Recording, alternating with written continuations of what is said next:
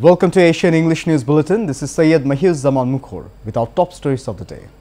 Prime Minister Sheikh Hasina, in an exclusive interview with the BBC, said that she herself struggled for establishing the democratic process and free fair election in Bangladesh. Free fair election was only held during the Awami League regime, she said while replying to a question regarding her government's commitment to make the next election be free and fair by BBC journalist. Prime Minister also told that military rulers ruled the country for long and they formed parties and never went to the people of the country to ask to vote for them. About the allegations of disappearance, Prime Minister said that many people can lodge complaints about disappearances, but you have to judge how true it is.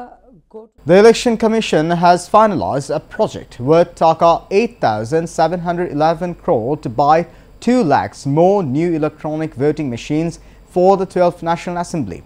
This money will be spent on buying new EVMs, repairing and maintaining them, EC Secretary Human Kabir Khandekar said after a meeting of the Commission. The proposal for the project will be sent to the Planning Commission for approval within 2 days. With a year and a half remaining before the 12th national elections, the EC decided to conduct polls in at least 150 constituencies using EVMs despite opposition from the Jatiya Party and the BNP. Awami League General Secretary Obaidul Qadir instructed ruling party leaders and activists not to involve in any violence with BNP as some scattered violence may tarnish the government's image. The minister said in a briefing before a joint meeting of the Awami League's Presidium, Secretariat level leaders and members of its associate bodies at Bangabandhu Avenue in Dhaka. Awami League will not spare anyone involved in violence without the instruction of the leader. Awami League does not have any central decision on it. Being deprived of posts in the field committee of the Chittagong University unit, a faction of Bangladesh Chhatra League enforced a blockade on the campus. They started the demonstration around 8 AM and locked the main gate of the university, halting classes and exams of the university. Besides, the agitated BCL activists halted shuttle train service. They placed a 3-point demand, including posts in the committee. Police have been deployed on the campus to avoid any untoward situation. Bandarban Deputy Commissioner Yasmin Pervin Tibrizi visited Ghumdhum Union along the Bangladesh-Myanmar border in Naikhongchari Upazila of the district following continuous firings and mortar shelling near Tumri border for the last 1 month. She, along with Bandarban Superintendent of Police Muhammad Tariqul Islam, made the visit amid the government's plan to evacuate 300 families from the area. UNO Salma Firdaus said there are about 70 Bangladeshi families living within 300 to 500 yards of the Bangladesh-Myanmar border. Earlier, the local authorities relocated an SCC center considering the security of the students and local residents. Now going to the internationals, US President Joe Biden has again said the US would defend Taiwan in the event of an attack by China.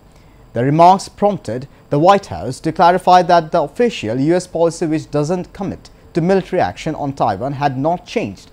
Beijing said it deplores and firmly opposes Mr. Biden's pledge of action. The Foreign Ministry said it had lodged stern representations with Washington over the remarks broadcast in a CBS 60 Minutes interview on Sunday. Taiwan is a self-ruled island off the coast of eastern China that Beijing claims as part of its own territory. Washington has always walked on a diplomatic tightrope over the issue. After a grand state funeral attended by leaders from around the world and a historic last ceremonial journey through the packed streets of London, the longest-serving monarch in British history will be buried today.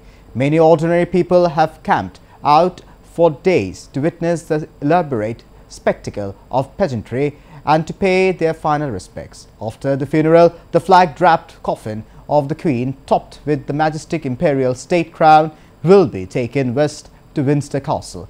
She will be buried alongside her father, King George VI, her mother, Queen Elizabeth, the Queen Mother, and sister Princess Margaret, reuniting in death the family who once called themselves Us Four. The coffin of her husband, Prince Philip, who died last year aged 99, will also be transferred to lie alongside her.